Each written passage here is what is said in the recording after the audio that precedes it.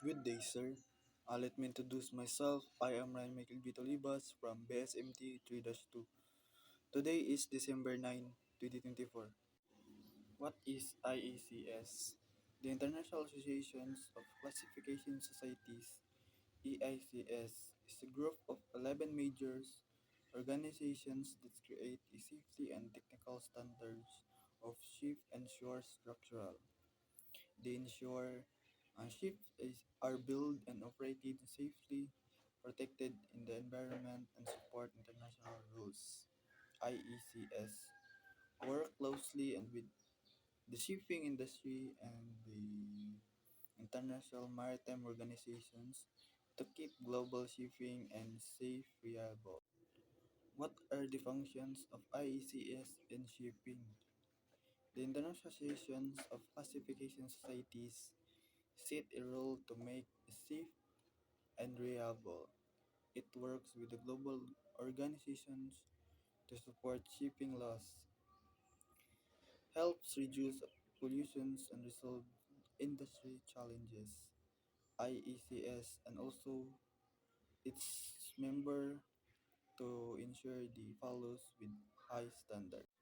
Enumerate the different classifications of societies in shipping industries.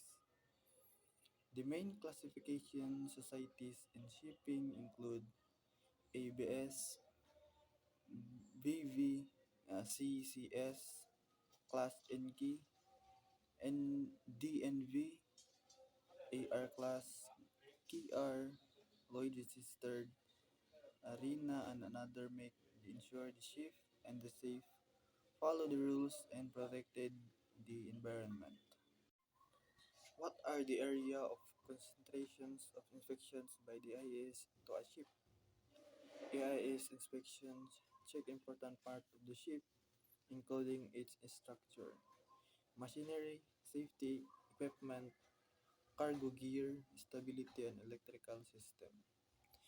They also make sure to ship prevent pollutions and follow international safety and environmental rules. What is a type of approval? A type of approval is a certification process where a conduct or equipment is tested and approved to meet safety and regulatory standard, ensuring it can be used to on a ship.